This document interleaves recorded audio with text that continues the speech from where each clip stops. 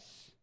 And if you have not had someone to call you, just call up and surrender yourself, okay? Just call up and say, where do I need to fit in? What do I need to do? Let's get our game face on, as they say, and everyone come together to work and get and have a really good experience in our VBS. I hope you have a plan to participate because, more important than the VBS is just coming together for the sake of the Lord, for the sake of whatever we can do to preach His name. Oh, good deal. Found my little clicker. This morning, I want to start with a story about a farmer. And maybe you heard about the farmer who was discouraged. He kind of got tired of not enough rain. Got tired of too much rain. Not enough sun, too much sun. He got tired of, bugs and blight and mold and all these he just kind of threw up his hands and, he decided, I'm just going to sell out. I'm done, tired, worn down. So he called his realtor up. He says, would you make up an ad for my farm? I'm done, I'm tired, I'm selling out, I'm moving to Florida. Don't they all? And so I'm moving to Florida. And so the guy, writes up an ad, and he decides to call the realtor. Call him back and say, okay, here's the ad. Here's what it says. He says, for sale, a good location, a well-maintained house and sturdy barns, a lush pasture lands, a beautiful pond, fertile soils, and a great view. Farmer kind of leaned into his phone and he said, could you read that again? The guy says, well, okay. And so he read it again. And the farmer says, no, don't print that. I've changed my mind. I've always wanted a place like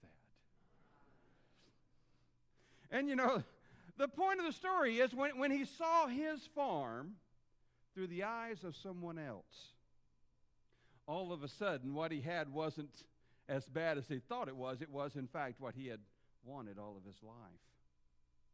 And you see, there's some lesson about life in all of that.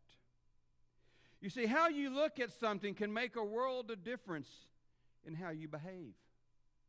How you look at something can make a world of difference in how you structure your life. One writer wrote, it says, one ship sails east and another west with the self-same winds that blow. 'Tis the set of the sails and not the gale that determines the way they go.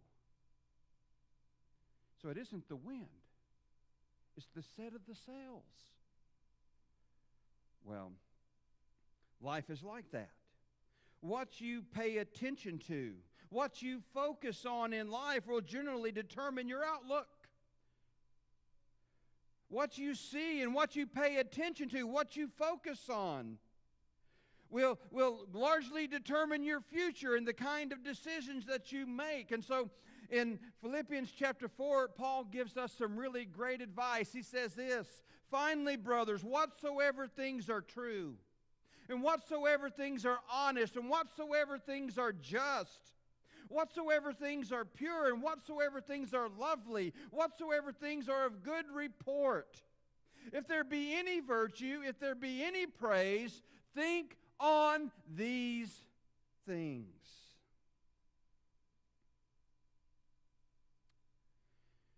And today we do just the opposite. I don't know whether you've noticed that. All you got to do is flip on the TV and watch the news. They have a saying, if it bleeds, it leads. We focus on the negative.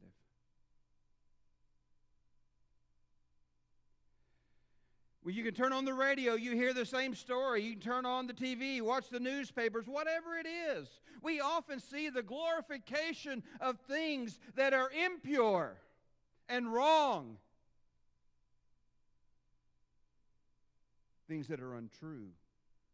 In fact, people focus so much on the negative, it's like, I guess Everything is negative. I guess nothing good is actually happening when nothing can be further from the truth. And you know, we can do that at church as well.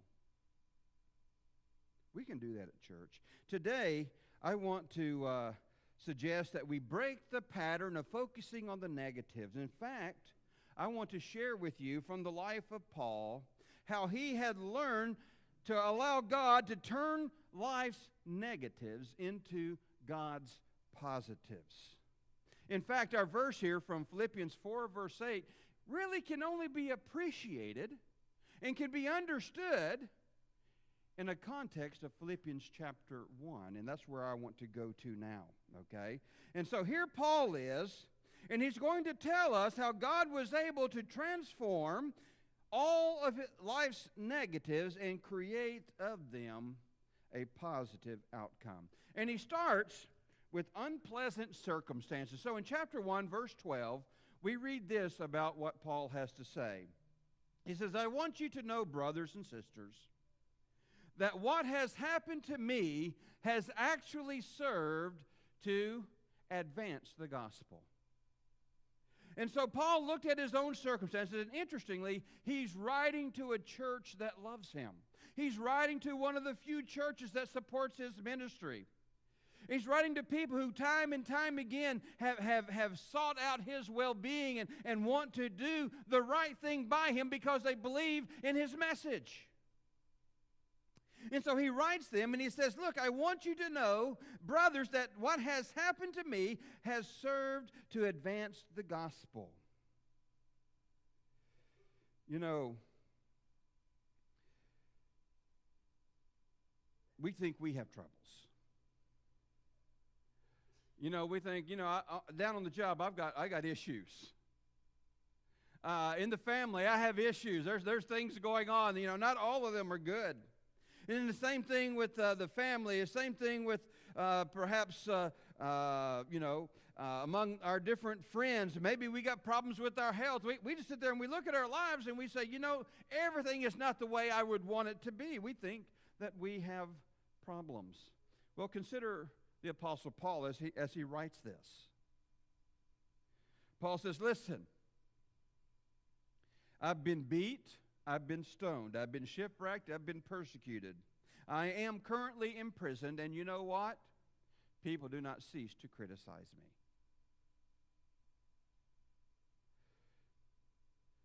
As I think about my problems and I think about Paul's problems, I wonder if maybe a simple flogging now and then wouldn't help put things back in perspective.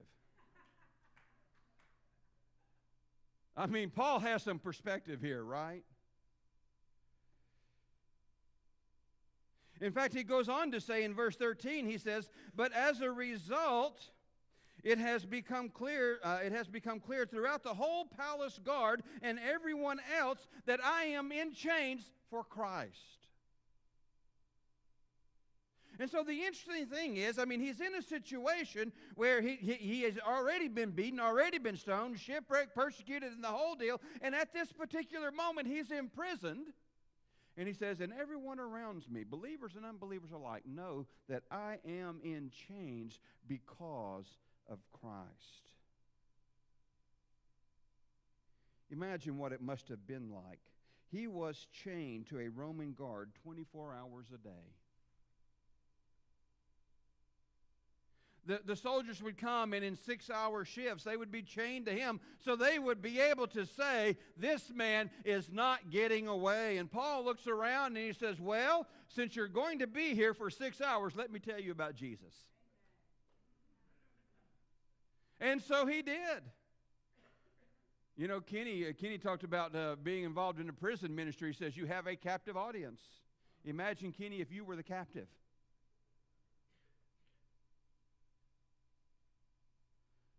So Paul saw in this a wonderful opportunity to tell the soldiers about Jesus. The soldiers couldn't escape. And it worked for closing the chapter, in the closing chapter of this book in verse 22, Paul says, all the saints send you greetings, especially those that belong to Caesar's household. Now that tells us that some of those soldiers became Christians.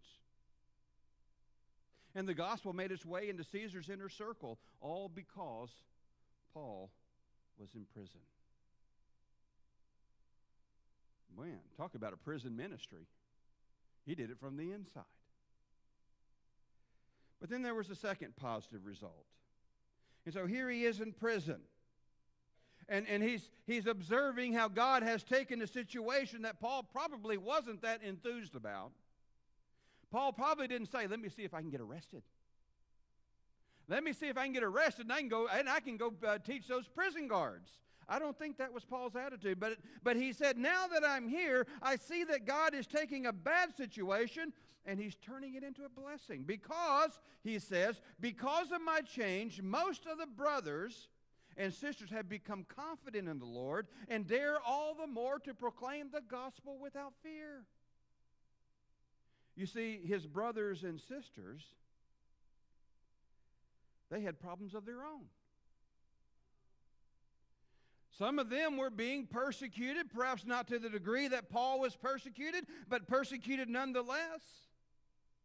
And Paul looked at them, and he said, and they, looking at how God is providing for me, and looking how God has emboldened me, and looking what God is doing in my life, they have become all the more bolder themselves, because I serve the very same God, and if God can take care of me in these circumstances, then they feel that God can take care of them in their circumstances.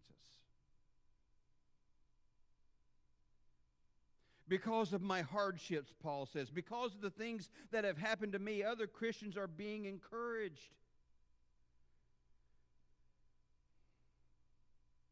Isn't that funny? Difficult circumstances, hardship, and out of that, blessing.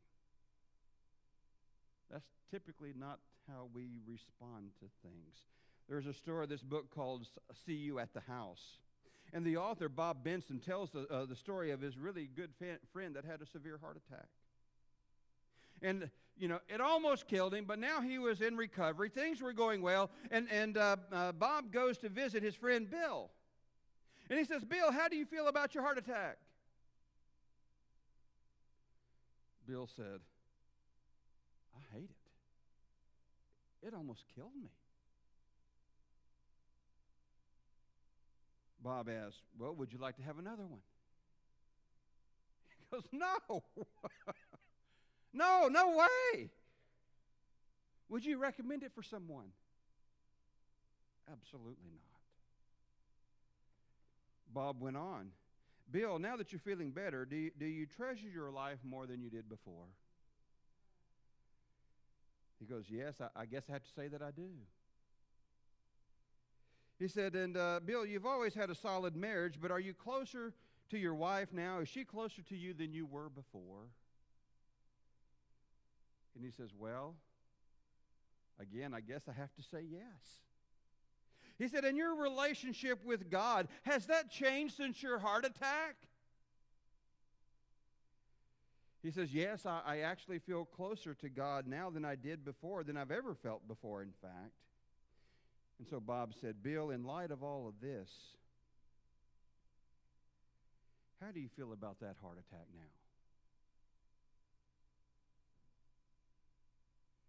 Moral of the story is that God can take the most negative thing that happened to us in our lives and make them a positive.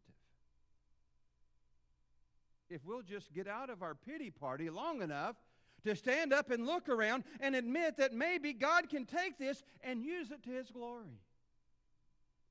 I'm not recommending heart attacks.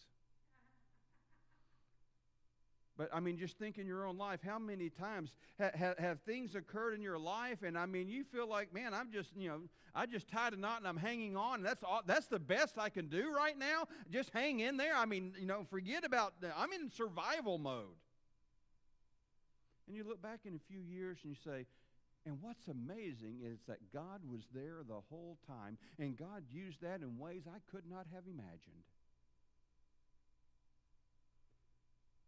Just amazing the way God is and things like that. God can take the most negative things that happen to us in our life and make positive out of them if we'll just focus and find the positive that is there. So let me ask you today, what are you chained to? Remember the story? Paul was chained to that soldier. I don't even know if the soldier took a bath. He might have been a stinky soldier. Paul didn't have a choice. What are you chained to today? Are you chained to an imperfect body? Are you chained to a declining health? Are you chained to a job that has no future? Are you chained to a religious tradition that offers no life and no joy? Are you chained to loneliness or grief? Are you chained to despair? What I want to ask, the real question is, do you have the faith that allows you to find God in that circumstance? Because the crazy thing is, God is there. We can just sit back and say, well, pity poor me. Don't like my job. Don't like my house. I don't like my health. I don't like my face. Don't like that person. Don't like this person. There are things about my life I do not like. I'm chained to it. Can't change it. Can you find God in it? And that's hard. To find God in the things that just wear you out. Second thing Paul talks about is unreasonable people. So the first one was really bad circumstances, right? These were not good situations. Here he is actually chained to someone around the clock.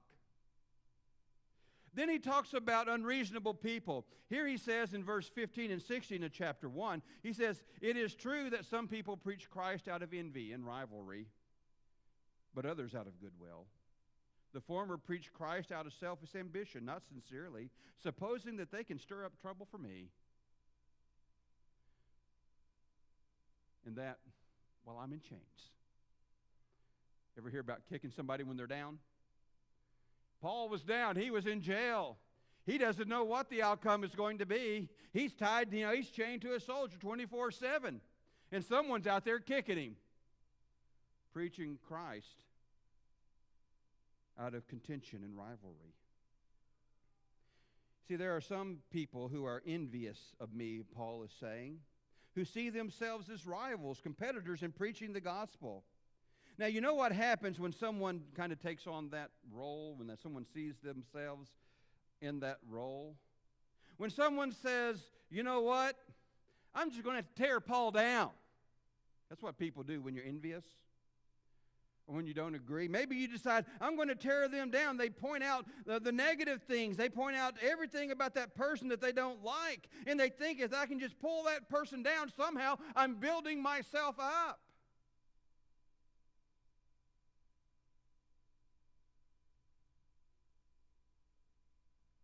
Ever been there? Ever seen that? Imagine how hard that would be to be chained to a soldier 24/7, knowing that someone is out there just, talking behind your back, doing everything that they can do to discredit you. I think I could be discouraged about that. Not that they've ever been in prison. Not that they've ever been stoned or whipped. Not that they've ever done this or that. Not that they've been shipwrecked. Not that they've been, persecuted from one end of the kingdom to the other. And yet they're taking a cheap shot while I'm here in prison. I could get down on that. But in verse 14, he says the absolutely most incredible thing. I want to share it with you.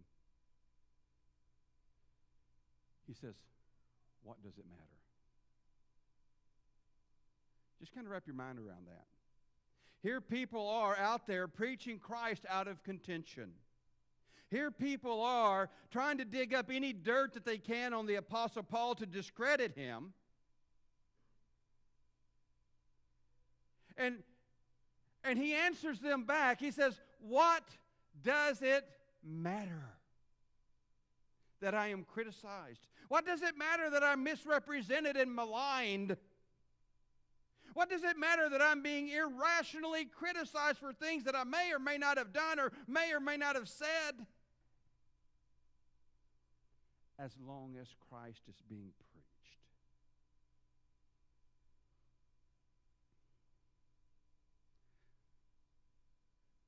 I think Paul is a bigger man than I am. But what does it matter? You see, Paul understood that it wasn't about Paul. Paul understood that it wasn't about his ministry or about his success.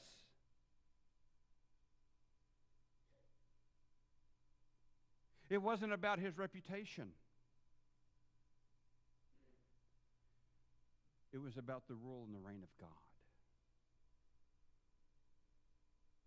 And so, in the same way that God is able to take this really unfortunate situation, here I am in prison, and he can make something good happen out of that, maybe, leap of faith, God can work in this other situation in such a way as that good things come out of that.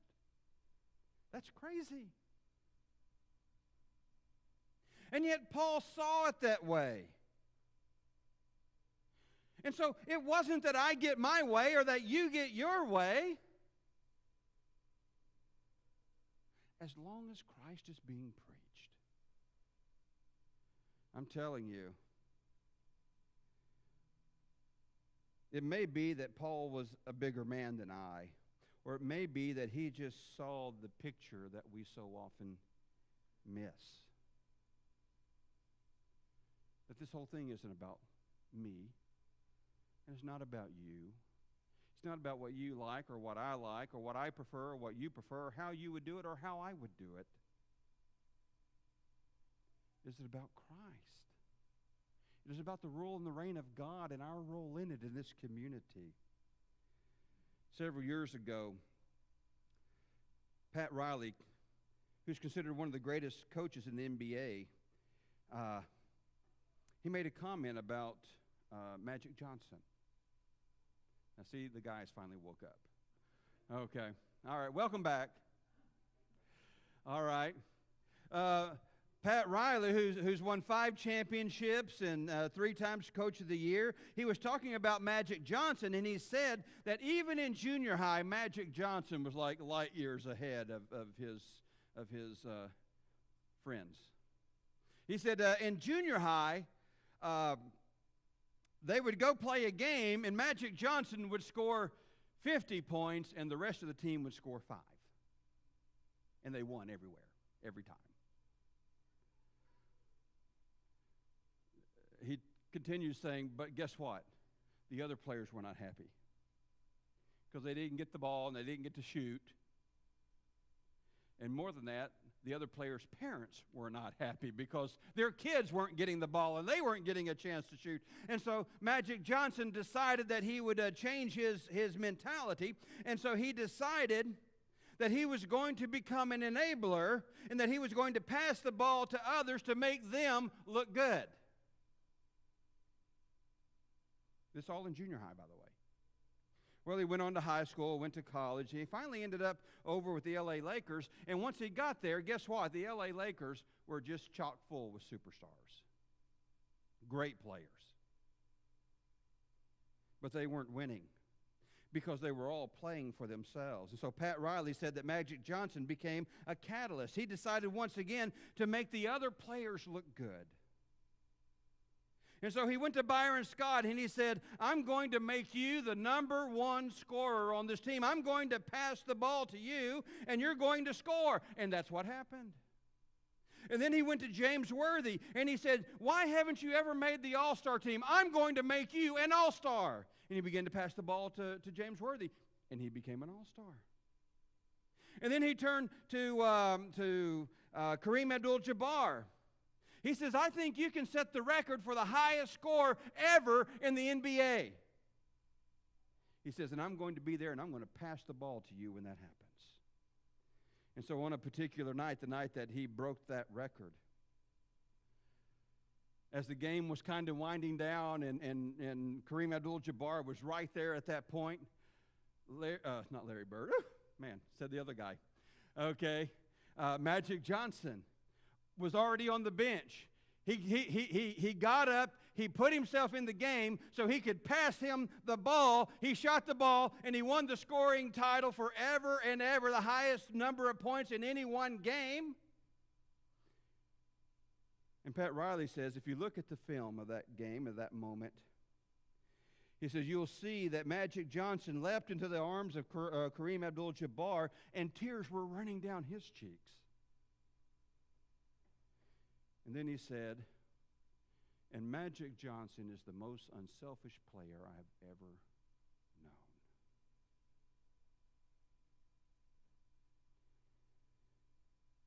Brothers, if that attitude can happen in basketball, can it not happen in our own lives? And can it not happen in the church of our Lord? I mean, when you stop and think about it, imagine us becoming that unselfish. Imagine us having the desire to make other people look good in the body of Christ. Imagine, if you would, us making a point to encourage one another and to build each other up in whatever area that you're serving in whatever area that you're trying to exercise and glorify God. Imagine that.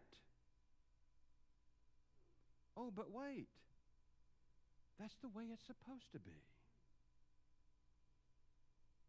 That's the way it's supposed to be. Wouldn't God be glorified in a body like that? Finally, Paul spoke of an uncertain future in verse 19. In verse 19, he says this, I know that through your prayers and the help given by the Spirit of Jesus Christ, what has happened to me will turn out for my deliverance. You see, Paul was facing a trial in Rome. And if he was found innocent, he would be free to preach some more. And if he was found guilty, he would be executed. And in verse 20, he says this, I eagerly expect and hope that I will in no way be ashamed, but will have sufficient courage, so that now, as always, Christ will be exalted in my body, whether by life or by death. So Paul is saying this, what concerns me is that when I stand before that pagan judge in that pagan court, that I won't do or say anything to embarrass Jesus Christ, my Lord. That's what concerns me. I want you to pray about that. My only concern is that I will have enough courage to stand up in their midst, and by what I say and by what I do, that Jesus will be exalted. Whether I die or whether I live doesn't matter. I just don't want to embarrass the Lord. And then in verse 21, we see that famous verse. You probably memorized it at one time or another, because he says, for me to live is Christ, but to die is gain. The Living Bible paraphrases it this way. It says, to me, living means opportunity for Christ, and dying, that's even better.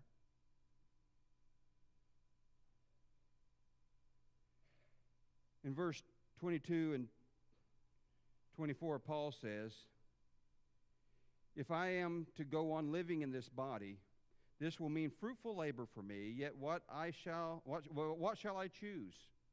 That I do not know. I am torn between the two. I desire to depart and be with Christ, which is for me far better. So Paul looked at this rather uncertain future. I mean, he could be condemned. He could be executed. Game over. And he says, the main thing I'm worried about is I don't want to embarrass the Lord. That's incredible. When you stop and think about it, are we not frustrated when circumstances turn against us? That's kind of that first verse. Things just aren't working out the way I wanted them to work out. I'm so unhappy. I'm so frustrated. I don't know what I've done. I don't know why God's upset with me. I don't know why God's not making it work out for me. We get upset about circumstances. And we're just crushed when other people plot and plan against us and misrepresent us and attack our reputation and malign us. And then there's the uncertain future. just keeps us awake at night. How about adopting some of Paul's mentality, where he said, good, bad, it makes no difference. Boy, now, I'll tell you, there's a guy that's been through a lot to be able to say that. Because you've had to gone through enough bad to see God take the bad and turn it into something good to ever be able to say that. Good, bad, it makes no difference, because the same God, the same Lord is Lord over it all. He can use it all to His glory. And so, sure, yeah, why not? We like the good, and we like the agreeable, and we desire the harmony, and we desire the peace. But why can't we be a little bit more like Paul and say, but what does it matter? Good, bad? If God can use the bad for our good, then so be it. The good is great, but you know what? If you're like me, I have grown more in difficult times than I ever grew in bad and good times. I have grown closer to, kind of like the heart attack, I've grown closer to God in the bad times than I ever would have grown close to God in the good times. An uncertain future kind of reminds me of the old song that we used to sing some years ago. We may not always know what the future holds, but we do know who holds the future. And that is our God. The image I cannot escape from, though, is the image of Magic Johnson and his attitude. If we can become that unselfish, and if our desire can be to make other people look good, and if we can see ourselves and our position and our role as a member of this body, we are here to encourage other people and to build up each other. And who gets what and whose way is chosen is really irrelevant as long as God is glorified. I can't help but think, but that would be nothing short of a revolution.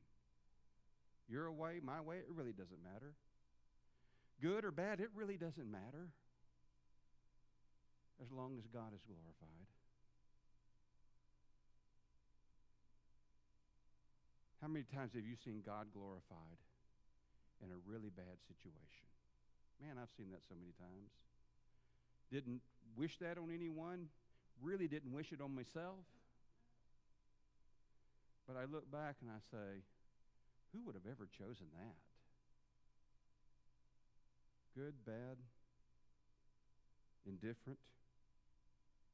It makes no difference as long as God is glorified. It's all about how we look at it. It's all about this question: can I find God's positive in whatever is going on in my life right now? You know, maybe what's going on in my life or in your life is kind of stinky right now. Can we find God's positive in it? Or maybe everything is like coming up roses and we go, whoa, man, this is great. Can we find God's positive? Yeah, I can find God's positive in that. Bring it on. No. Good or bad? Good times, bad times. Happy, sad. Paul says, it makes no difference as long as God is being glorified. You know, I like that because it reminds us that this whole story is not about me. It's not about you. It's about a God that can take any circumstance of life, any trial, any tragedy, frankly, and use it to the good of His children. So the guy has a heart attack. How do you feel about that? Oh, man, that's the worst thing ever. Do you feel closer to God? Do you feel closer to your wife? Do you prize life that much more? Yes, yes, yes. And I want you to know that whatever's going on in your life, God can do the same thing even now.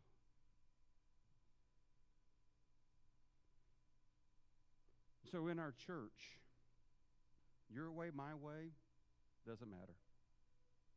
Your like, my like, your dislike, my dislike, doesn't matter. If we can have that attitude that I'm going to help you accomplish your goals in your spiritual life, and you're going to help me accomplish my goals in my spiritual life. And we're going to acknowledge God in each other's lives. And we may not always agree, but we believe this, that God can work a blessing out of any and every circumstance among us. Then indeed God will be glorified. This morning, if you need to leave a little room for God in this body, in your life, if we need to open our hearts to Him and say, Lord, good, bad, indifferent, I just want you to be glorified. Make that decision while we stand and sing.